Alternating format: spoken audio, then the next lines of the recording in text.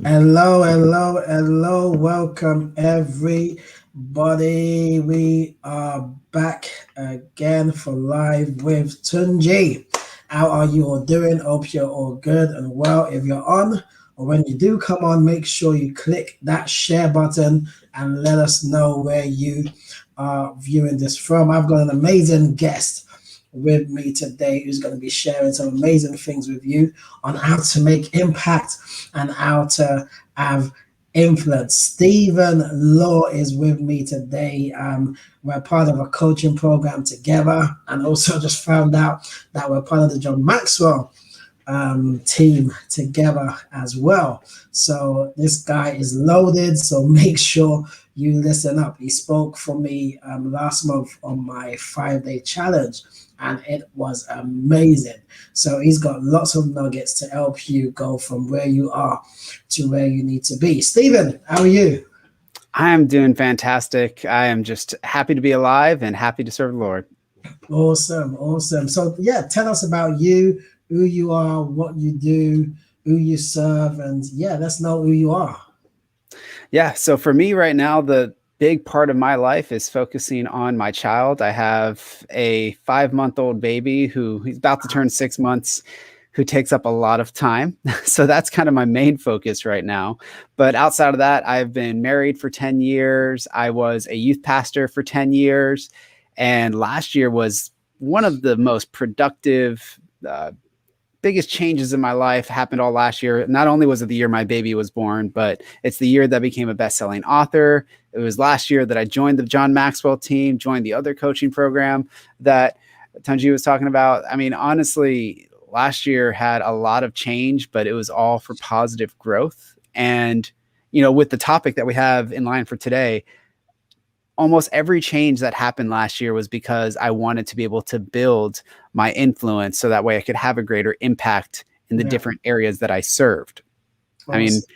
just to give a little bit of that backstory, at that point, I was serving as a middle school pastor, and I wanted to be able to influence the parents that were there, because in order for me to grow that ministry, the best way I could do that would be to build up influence with the parents of those students.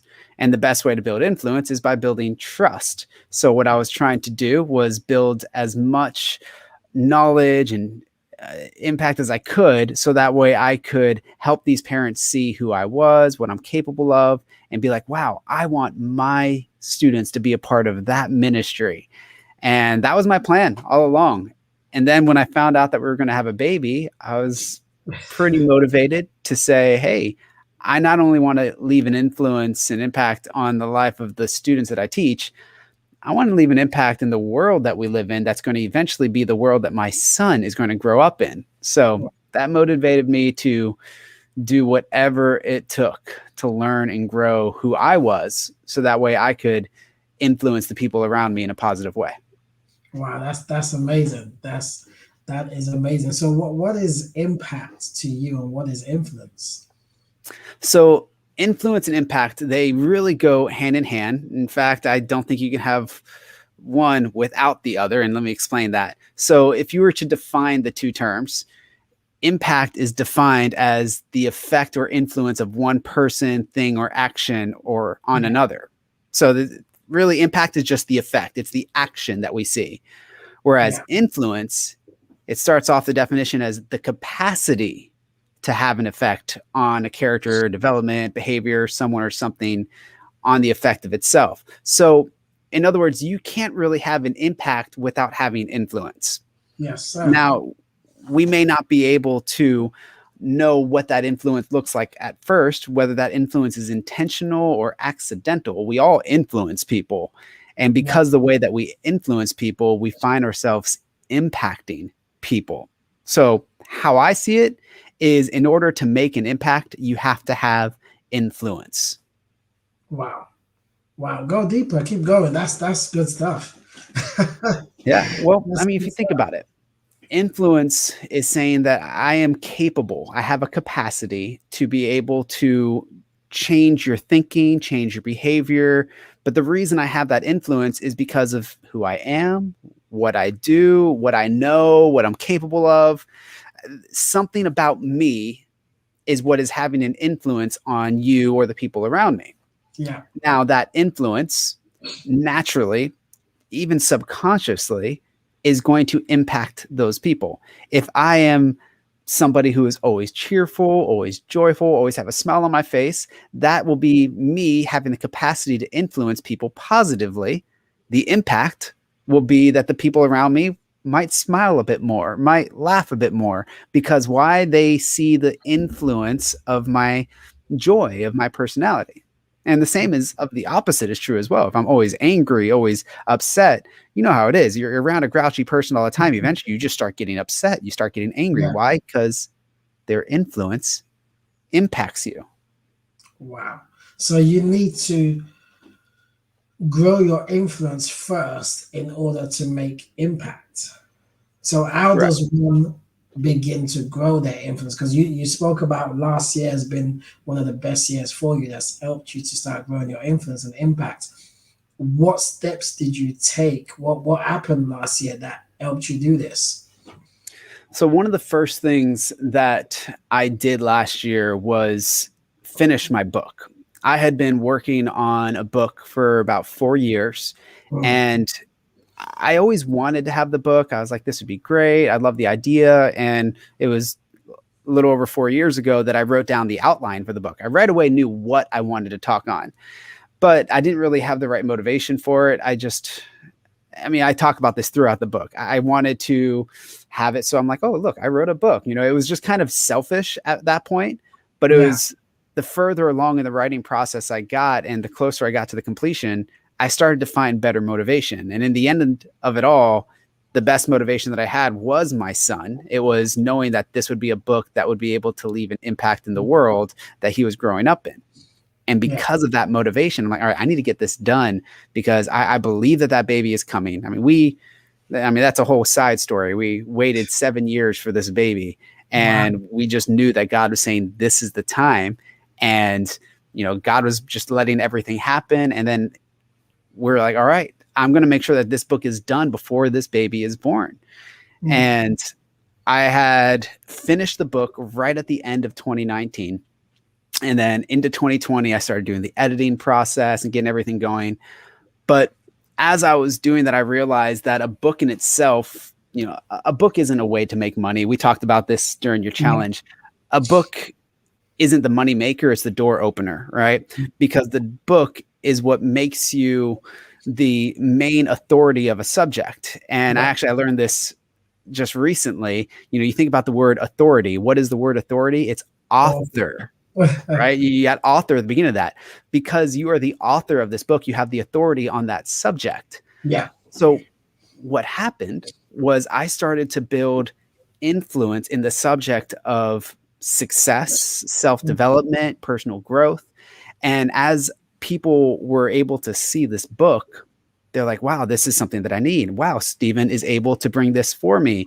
So that gave me influence in a positive way to the yeah, people that I was surrounding myself with. And next thing I know, because that influence, it was starting to leave an impact in the lives of some people close to me, the inner circle who read the book first, and they would tell their friends, and that would leave an impact on their mind. yeah, mind, yeah, Next thing you know, I'm being invited to go and speak at different areas, HR firms, and here with you. Why? Because I started to care about the influence that I could have. I started to develop myself so that way mm. I can leave a better impact in the world around me. Wow. Okay, let's go there. So you started to develop yourself. So you took initiative to want to be able to increase in your own personal development so that you can begin to make impact. Because most Mhm. people that watch this were Christians, you're a pastor, I'm a pastor. And, sometimes we can get too spiritual and just begin to pray, pray, pray, pray, pray, pray, have faith, faith, faith, faith, faith, which is fine, it's good. But if there's no personal development, as the Bible says, faith without works is dead. So you can have the Yeah. faith and pray and everything, but if you don't develop yourself so that you can begin to, you know, show forth the glory of God, it's because of what you do is what's going to show forth God's glory. So how can people begin to think along those lines? thinking that, hey, I need to increase in my competence in order to begin to have more influence and more impact.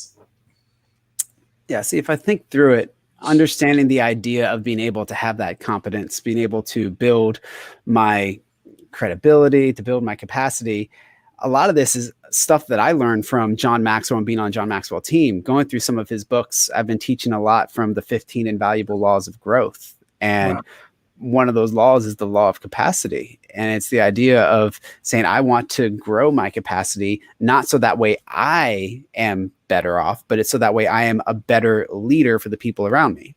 John Right. Maxwell says it this way. He says, I want to be the best me for you. You be the best you for me, right? It's not about me. It's the outward thinking. It's selfless instead of selfish.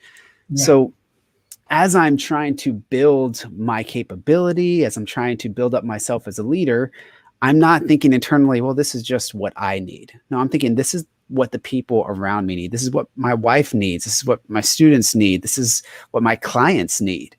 This is what my readers need. Because if I'm not living a life that is building up my capability, my wisdom, my leadership skill, how am I supposed to pour that into the people around me?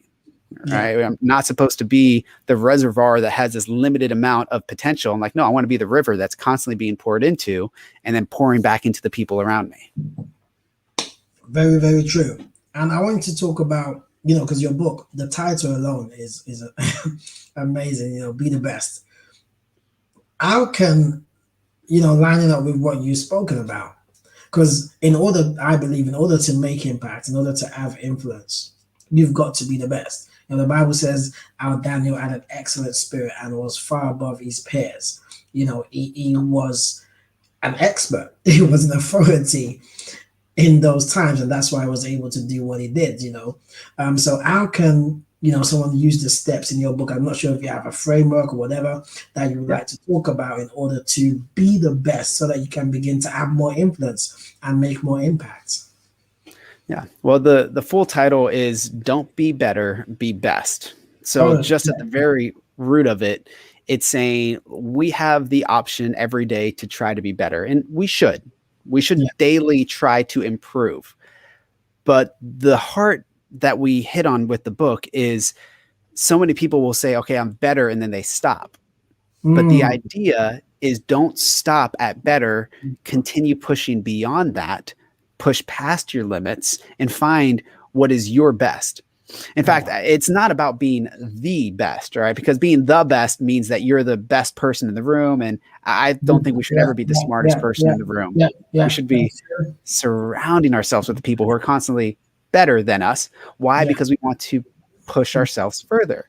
So in the book, the subtitle is 7 essentials to surpass your best and outdo your limits.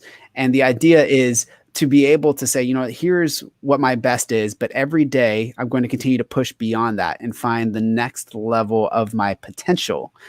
And we go through the idea of understanding your identity. And then we say, okay, well, once you have your identity, are you gaining in wisdom from the people around you, from the limitless resources that this world has to offer? Are we gaining wisdom from our spiritual resources, from God pouring into us? Once we have wisdom and identity, are we starting to reach out and build on that identity? Are we having what I call them the essential building blocks of our identity? And that's having an ambition, having boldness, having confidence. From there, are we surrounding ourselves with the people to make that happen? Are we finding the motivation that we need? Are we willing to overcome the obstacles that we face, even when it seems difficult? Why? Because we have that motivation. Are we learning from our past? And once we have all those things in line, we start to find ourselves leaving this incredible legacy. And what is a legacy? A legacy is impact. A legacy is the powerful impact that we leave in the world, and we get to decide, is that legacy positive or negative? Are we influencing people in a positive way to where that is changing their life in a positive direction, which is the positive impact that we want? Or are we just letting life go by and kind of just doing what we need to do, making ends meet, but not really trying to go beyond that. Well, the legacy that we leave at that is a pretty mediocre legacy. And Yeah.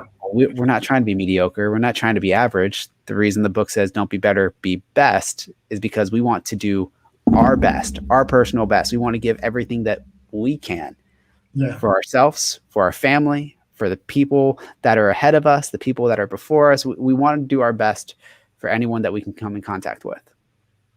That's amazing. So do you believe that God wants us to be best and leave a legacy? Because some people, some Christians don't believe. They just feel, yes, we're supposed to, fulfill the Great Commission, get souls saved, and that's it. Do you believe that God actually wants us to be best and, leave a legacy? Yeah. Well, I tell you what, it's not called the mediocre commission, right? It's not called the okay commission. No, it's called the Great Commission for a reason, because it's great. It is something with massive impact. Go out into all the world. In order for us to do that, it's going to take our best. If we're just going by saying, all right, well, God's going to take me where he wants to take me, and then we don't ever take a step forward, we're not going out into the world. Yeah. In order to do what God calls us to do, we have to go above and beyond what's expected. And Jesus did that constantly. He lived a life that was above and beyond what was expected. And that got him in trouble a bit because people expected people to just do whatever the religious leader said. But sometimes it's just trusting God and saying, all right, God, I'm going to take the steps of bold faith and take my life wherever it is that you're leading me to go. Why? Because I believe that that's what he called me to do, to go out and be the salt and light of the world. What does salt do? Salt improves the things. It preserves things. It makes things better. But it talks about how, you don't want to be the salt that's old and been tossed on the side of the road. No, you want to be that fresh salt, the good salt. Yeah. Same thing with light. You don't want to be a light that's partially covered where it's just letting out a little bit of dim shade. No, God says we want to be the light on a hill. In other words, we have to have a light that is influencing the city around us because we are at the top. We are showing, hey, here is the way. Here is what you need to be able to see where you need to go. So in my opinion, everything that I see from God's word tells us to do our best. And personally, the way I think about the reason I really want to do my best, it's because everything that I do, I don't want to do it in terms of thinking of what I need to do. I want to do it in terms of thinking of what I'm doing for God. Because if I'm doing it for God, not for mankind, well, of course I'm going to do my best. Yeah. I could spend hours talking about the amount of things that I've seen God do for my life. It is the very least that I could do to say, God, well, I'm going to give you back everything that I have. I want to give my best to you. And the Bible says, whatever you do for the least of these, you've done for me. So whether I'm serving a child, serving a middle schooler, a high schooler, an adult, a senior citizen, doesn't matter to me. I'm serving God, which means I have to do my best. That's my personal standard. Wow. You've heard that, guys. We've got to do our best. Even if, the Bible says, whatever you do, do it unto the Lord. So if you're doing it unto the Lord, then it has to be your best, because I remember we were having a conversation in one of our church groups, and, one of the things that came up was some Christian businesses just lack capacity and they lack excellence. And I was like, why is that? Why are we not giving our best in order to not really compete with those out there, but just to show forth that, hey, we can do this as well. So what can people do? Because I believe that some people are probably stuck. They are stuck. And that's why they can't come out of that shell to be able to give their best. So what can people do to get unstuck and begin to move past that comfort zone area? Because I think some people are, when the Bible says you've been around this mountain for way too long, it's time to move. Some people have been around mediocrity for too long. Some people have been around their comfort zone for too long, and it's time to just stop being better, but now be best. So what can they do to break that? Well, you said the exact right thing. Get out of your comfort zone. If we are so comfortable that we're not willing to move, it's going to be hard to find any improvement. We have to be willing to take those steps forward to say, hey, I want to do something different. And the truth is a lot of people don't like change. We don't like doing things that are different. But that change, that difference might lead us to the growth that we're looking for, that impact that we're trying to have. And I think about, that saying that people say so often, if it ain't broke, don't fix it. I hear it so often. Yeah. But the truth is, and actually I got this from John Maxwell as well. He says, if it ain't broke, how could it be better? How can we improve it? If it isn't broke, what might break in the future? Or if it isn't broke, what do I need to change so that way it doesn't get left behind and outdated? Yeah. Now, some of that's paraphrased. I don't know. It's not like word for word, but the idea is, yes, if it's not broke, you may not need to fix it right now, but there might be something you can change that might even be a little uncomfortable that will preserve it, improve it, or prolong it. It might be the thing that keeps it from breaking in the future. And if we're not willing to think about that, to take those little steps to even be aware of what it is that we are doing and how we are growing, we're just limiting our potential, which means we're limiting our influence, which means we're limiting the impact that we can have in the world. Wow. So that's boiling down to limiting beliefs. Mm-hmm. So if you have limiting beliefs, then you just won't take that step anyway. Wow. Okay. So you spoke about John Maxwell and last year. I wanted to probably go into that and see how did that step of, getting coaching and all these things that you've been able to do to build your personal development, how has that helped to increase your impact and influence? And do you recommend that to others, those watching, if they should do the same? Yeah, it was actually quite the process. So I was looking around for a while about trying to find different ways of growing and increasing my potential. And that's where, becoming an author was step one for me. Becoming a certified life coach, that was step two. Then I'm like, okay, well, what else can I do? I still feel like I need to grow more. That's when I joined the coaching team that we're both a part of. And that was great. It helped me a lot with business, and it was in line with, being kingdom minded. Yeah. But beyond that, I'm like, all right, God, I just still feel like there's something that you're trying to take me to, and I don't know what it is. And I was praying and praying about it. And then I remember I was on Facebook and I saw one of the, timely Facebook advertisements. And that advertisement said, do you love working with youth? Do you enjoy making a difference to the next generation? Do you? And it just starts listing off all these questions that are exactly where my core values stand about what I want to do, what I feel like God has called me to do. So I'm like, okay, I'm going to click and see what this is. And it was something for the John Maxwell team that I'd heard about, but didn't really look into very much. I had, like I said earlier, that pastor who told me about it before, but it was just, I was like, oh, cool. She knows John Maxwell. That was really it. Yeah. So I click on it, and the first thing that pops up is this big picture that says, I am a world changer. Wow. Now, to a typical person, that might not mean a ton, but for me, when I was in high school, actually from ninth grade on, really, my youth pastor used to tell me every single Sunday, and he would tell all the students this, that we are world changers. And that meant so much to me as a student. So when I became a pastor myself, I made sure that every single Sunday, every time I had the chance to, I would tell my students, hey, you are a world changer. You are a world changer. What does that mean? That means you are impacting the world around you, which will eventually impact the world that we live in. And I just drilled that in over and over again. So I click on this page and boom, I am a world changer. I'm like, hey, that's my slogan. That's what I say all the time. Like, okay, God, I see, where you're taking me. So let me look into this. So I reached out to that pastor friend that I had, and she told me the details, what was going on. And they said, hey, by the way, the package that's going on right now includes the opportunity to be certified for the youth program. I'm like, well, that's the whole reason I want to be a part of it. I want to help students. I feel like God called me to work with students. So it was just a no-brainer for me that this was my opportunity to be able to build myself and the influence to be able to impact students. Now, what I didn't realize is how much it was going to impact me beyond that. Wow. The ability to speak for communication, the speaker track was the first thing I did when I joined the team, and learning from somebody. Oh, it's good. You'll love it if you haven't gotten really deep into it yet. I don't know, but it was supposed to be a 6-month track, and I made it in less than 3 months because I was just so excited about it. I spent every bit of time I could just learning, listening, getting on the phone calls, asking all the questions. Why? Because I wanted to learn. Mm. And I truly believe I am 10 times the leader that I am today compared to what I was before I joined the John Maxwell team.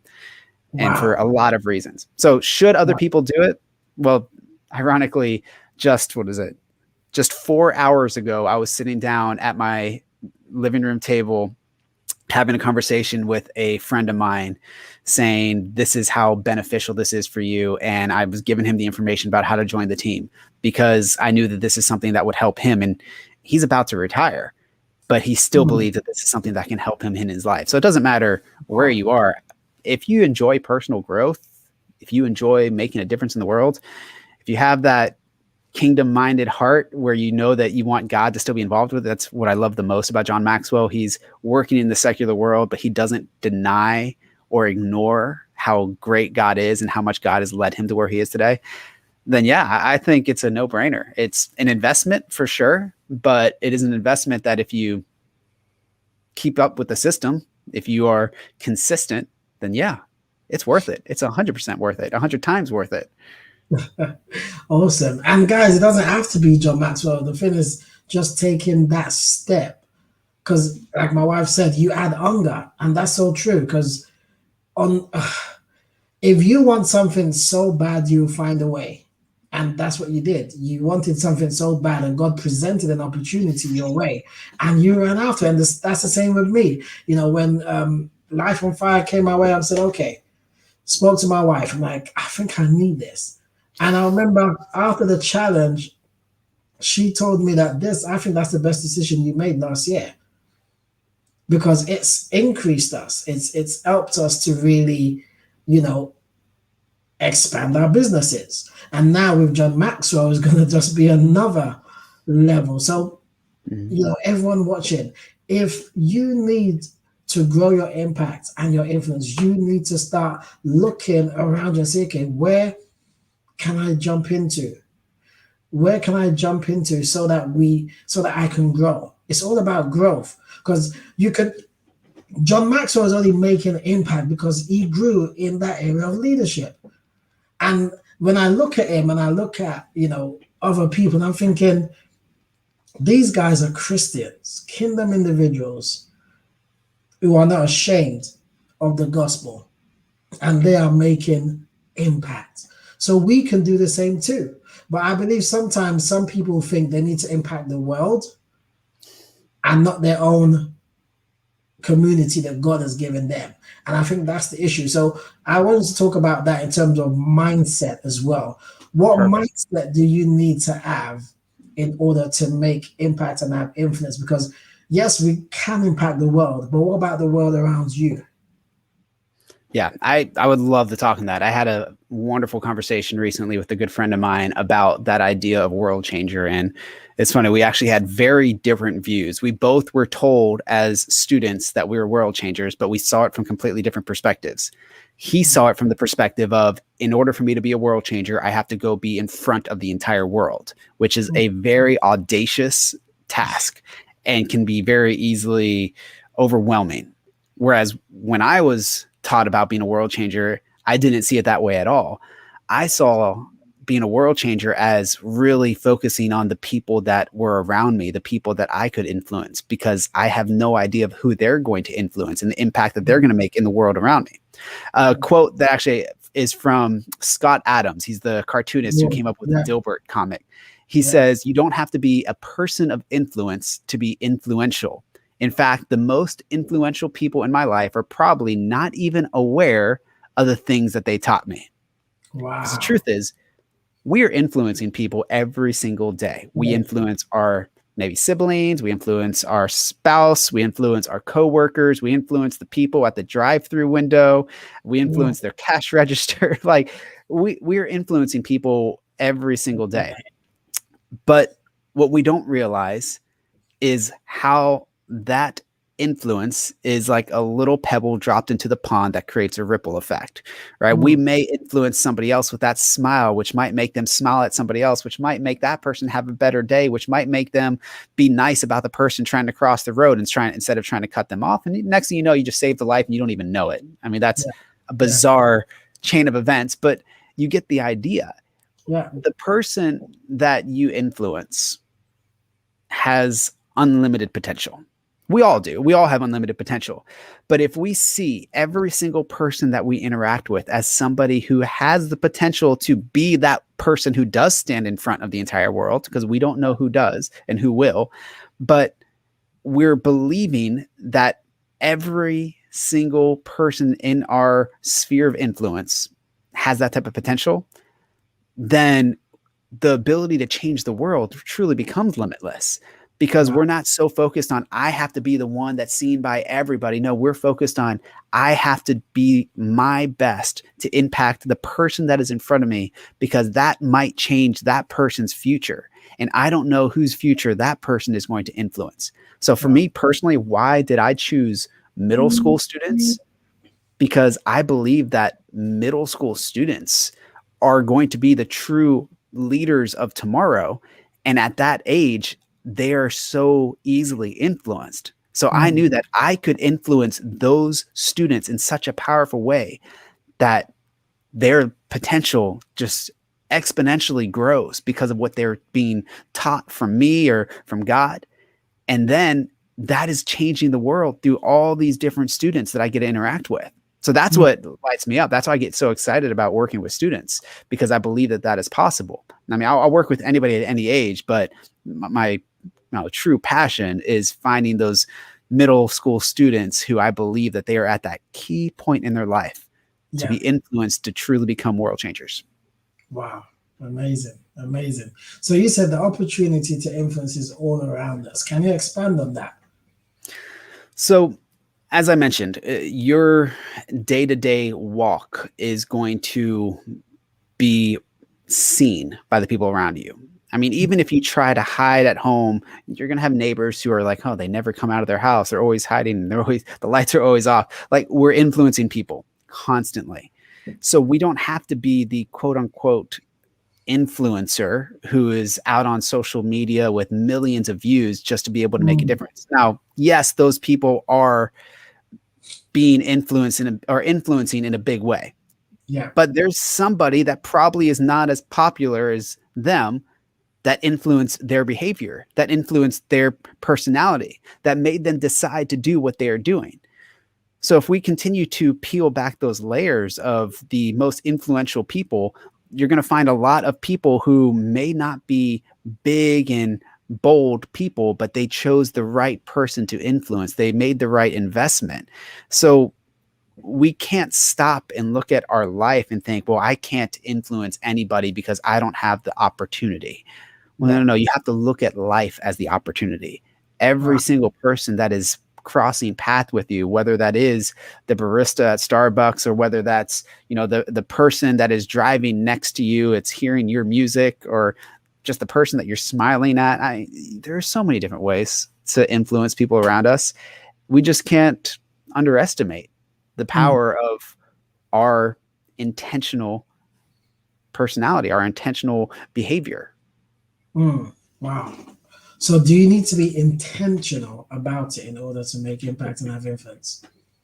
No, it definitely can happen accidentally, which is what I loved about that quote from Scott Adams, because he said, those people Mm, may not even realize that they influenced me, but they did.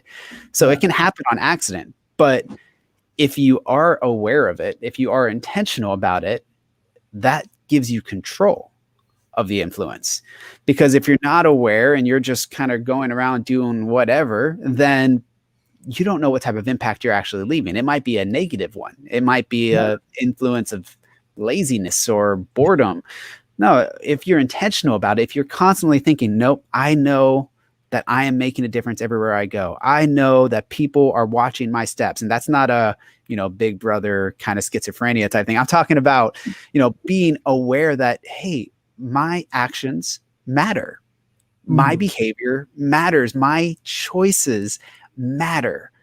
And when I am aware of that, I'm going to choose to make the best of my choice, to make the best of my actions, the best of my behavior. Why? Because I don't want to leave a negative influence.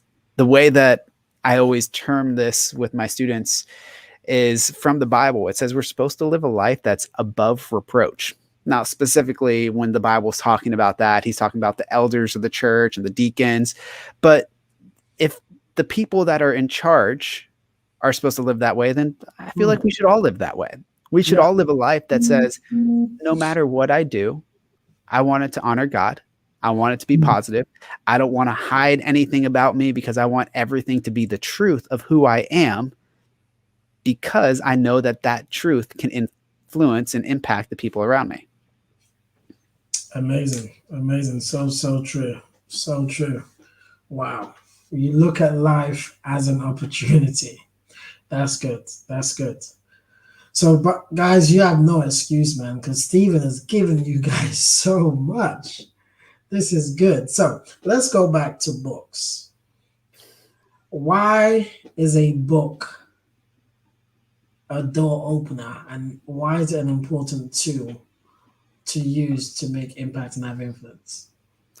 Yeah. So as I mentioned before, being able to have the authority in a subject, to be able to seen as somebody that is, I've heard it said, you're the expert in the field. Once you have a book on a subject, you become an expert in the field. Whether or not you are, you have a book. So people see you as an expert.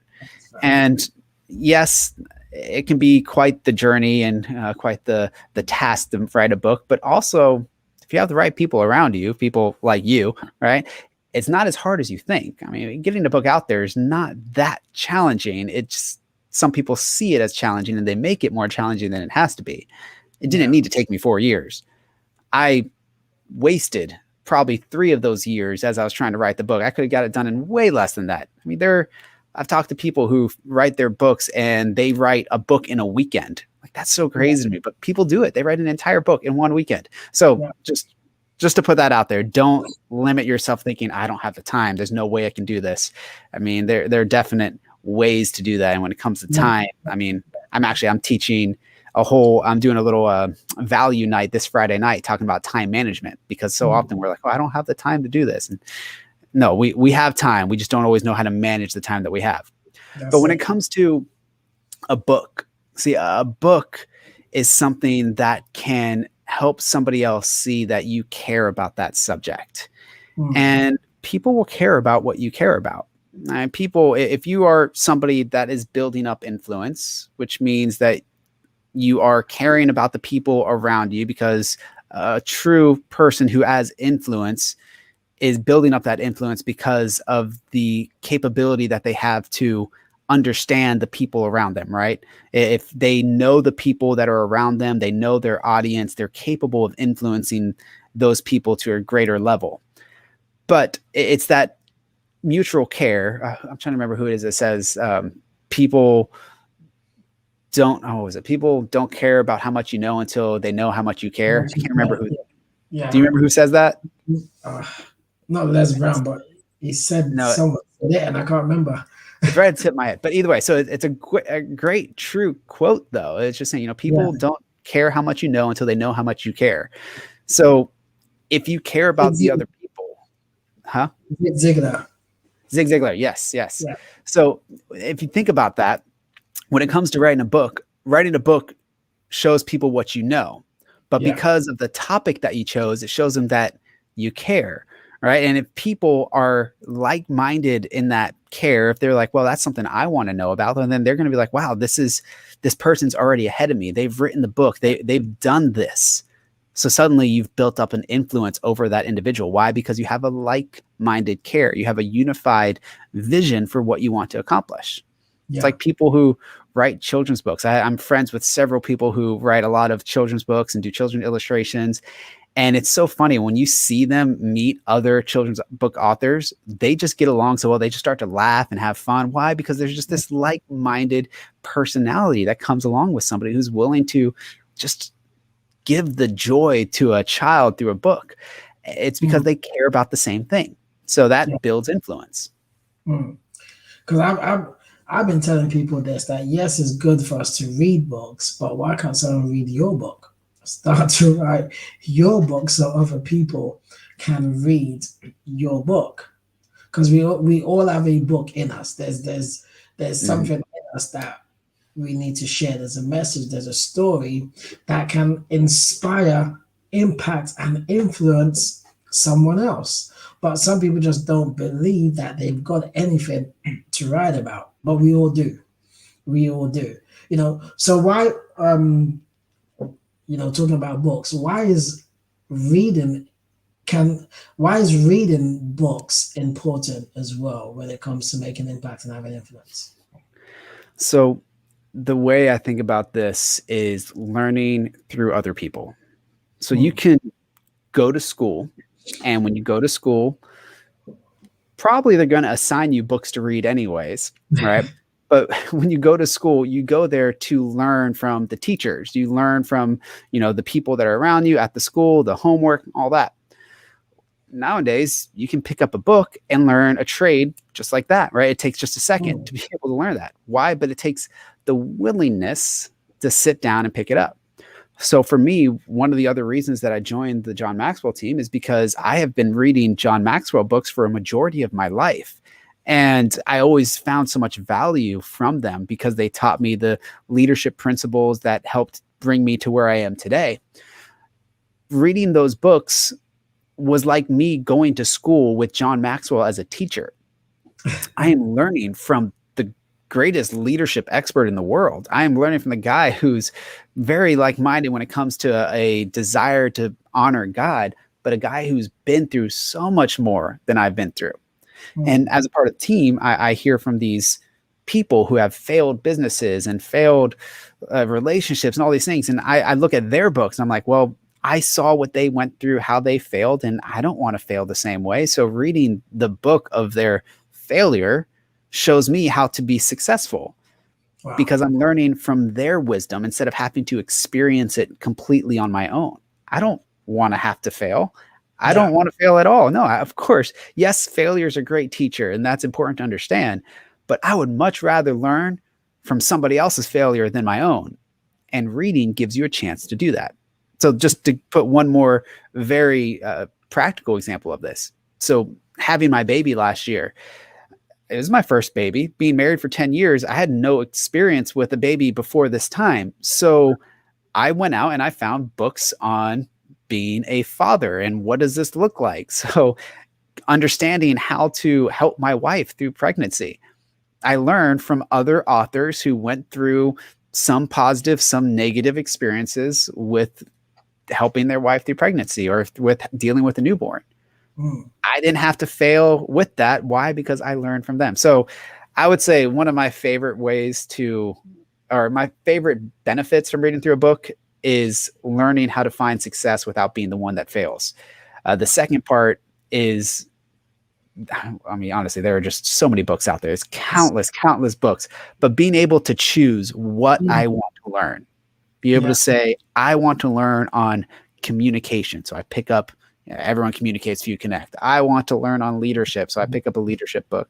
I want to learn on how to build a website. So pick up a website book. I mean, it's just, you choose Mm, your own source of knowledge, and books can give you that. Of course, there awesome. are also books for entertainment too. My wife loves those, but I mean, you choose. Yeah, you choose. My wife said, "Congrats on becoming a dad."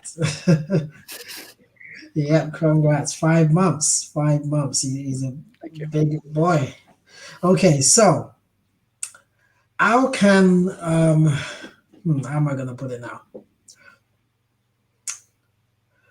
Because you spoke about your wife, so I thought, oh, maybe we should go there in terms of having impacts and influence in the home in terms of either or dad or wife. Because most okay, I don't want to say this, so I'm not going to say it, but most men won't really help when it comes to the pregnancy and helping the wife, and even with maybe cooking or cleaning or anything like that. So how can we have influence in the home even during that period? So not just, yes, as a father, as a dad, a provider, but those periods are important where you can still have influence and impact on your wife. Yeah. So in chapter 5 of my book, I talk a little bit about this, and not just in terms of relationship, but it falls the same way. So if you think about the idea of caring for people, right? If we are caring for other people, we can show that in a lot of different ways. And if we care for people, we build that influence, like we said. But caring for people does not always look the same for every single person. My favorite resource for this is another book. It is the one for the 5 Love Languages by Chapman. Chapman. Yeah, Gary Chapman. Thank you. Gary Chapman, 5 Love Languages. So the 5 Love Languages, it talks about, physical touch, quality time, words of affirmation, gifts, and acts of service. Yeah. And basically he talks about, hey, there's 5 different ways to show love to other people. So I have to be aware of the people that I want to influence. And if I am able to become aware of how they perceive care, perceive love, I'm able to have greater influence with them. So when it comes to my spouse and being able to help her, helping her may not look like giving her a hug. Helping her may not look like washing the dishes. Maybe that's not the thing that she cares about. Maybe she enjoys washing the dishes, which that's awesome if that's the case. But I have to be aware of what's important to her. So I had a conversation with my wife about this actually today. We had a conversation. At the end of the conversation, she just wasn't too uplifted. And she told me, she's like, Stephen, don't forget, words of affirmation is important to me. I just want to know that you hear what I'm saying. And she reminded me of that. And I'm like, it's true. I know that. And I have to be conscious to not just do something, but to say what I need to say for her, because that's what's important to her. But every person is different. Now, I mean, the truth is that most guys have the same 2 love languages typically, right? Physical touch and quality time tends to be most times the way that it is for guys, but everyone's their own. So understanding your spouse, understanding your boss, your coworker, understanding your children. If you can understand what that love language is, and you can either give them a test or you can just start to pay attention to how they are acting around you, that's going to help you build influence. Why? Because you're showing them that you care in a way that matters to them. And that will build your influence. And how can you relate that to maybe people watching may have a business, to if you have a team? How do you influence your team so that you could grow your business or whatever it is? Yeah. So when it comes to your team, same thing. And I actually did this as a pastor. I went through with all of my volunteer leaders and I actually gave them a test, and I went through and I had them figure out what was their love language. And once I figured that out, I went through and I made sure that as often as I could, I made sure to reach out to each of those volunteers in a way that was impactful for them, that mattered to them. So it was a personal touch. It showed that I took the time to change what I was doing. It wasn't just hey, everybody gets a Starbucks gift card. No, I made sure that every person got what was important to them. And that made a huge difference for their rapport with me, because they were more willing to help me do things because they saw how much I cared about them. When it comes to owning a business, can you understand your customers? That's a little bit more challenging. And maybe it comes to understanding your market, and maybe you are marketing specifically to a certain group of people. But as you start reaching out to people, pay attention to how they interact with you. Do they shake your hand? Do they smile a lot, or are they, standing off away from you? Are those people, very talkative? Are they complimenting you when you walk in the room? There are ways to tell how the people that you are interacting with pay attention, being able to tell what matters to them. And I love, with the John Maxwell team, one thing that we have as a tool is the DISC personality profile. And it teaches us, as we give that tool to people, how to spot the certain personalities based on every interaction, whether that is a sales interaction, a work interaction. And you don't even have to give somebody a test, and you can tell, That's who they are. And then it gives you a list saying, hey, ask them this question, talk to them about this, bring up this conversation. And next thing you know, you've built rapport. And rapport just leads to more influence, which leads to the impact, which maybe leads to the sale that we're trying to get, or maybe that leads to the work that we're trying to get our employee to actually do for us. Amazing. Amazing. My wife said, yes, that's great leadership. Great leadership. So let's close on that, actually. Why is leadership important in order to make impact and have influence? Well, one of my favorite quotes, and I know I'm quoting a lot from John Maxwell, but I've been learning a lot from him lately. But one of my favorite quotes from John Maxwell is, leadership is influence, nothing more, nothing less. And so I can't remember them properly, but the five things in regards to value. I'm trying to think which things you're talking about. Valuing people. Oh gosh, it's gone off my mind. I actually can't remember it properly. But I watched the YouTube video where he talked about 5 things in order to start valuing people to increase your leadership potential. Yeah. But anyway, you go. Yeah, well, it's just simply that. If you want to have good leadership potential, you have to be able to influence. Because if you're not influencing anybody, that means you're not leading anybody. Oh, wow. And you can't be a leader if you're not leading people. If you're the one that's at the top and there's no one following you, oh, wow, you're just like a goat on a mountain, all right? And you can scream your head off, but no one's paying attention, right? No, a true leader is the one that's helping bring other people up the mountain, that's influencing the path that people are walking on.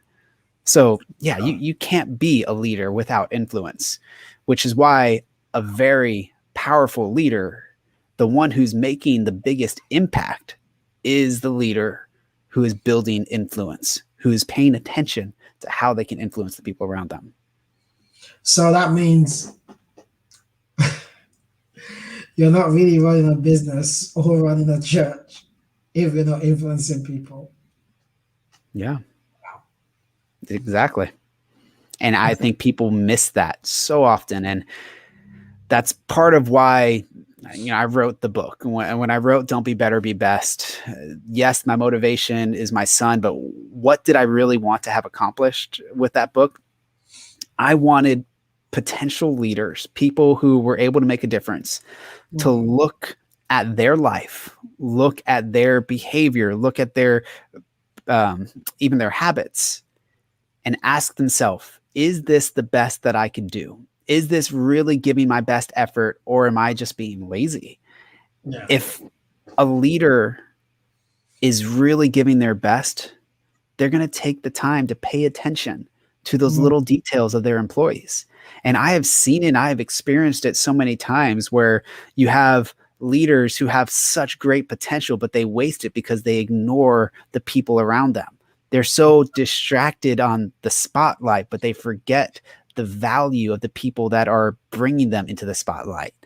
Eventually, those people will fade away and the spotlight's going to fall off. And guess what? You're going to be in the dark. So I hope that my book is able to help some of those leaders, or even the future potential leaders, to see the value of caring about other people, of saying, I want to be a servant leader. Jesus gives us the best example of how to be the best and most influential leader. It is through servant leadership, through caring about the people around you. That's so true. I remember John Maxwell saying this as well, that everything falls and rests on leadership. Mm-hmm. And that's so true. Everything falls and rests on leadership. So if the leader is not being a leader, then nothing is going to happen in that company or the ministry, the church. Wow, that's deep, because I think so many people, they're in ministry or they're solopreneurs and they're just soloing and not really impacting people. They're not impacting people at all. And I think, like I said before, because some people have the notion of impacting the world. So that's why they're not taking the time to even impact their community. Mm-hmm. So if we can take that time to say, okay, let me start impacting and influencing my community. That could help you to become a better leader.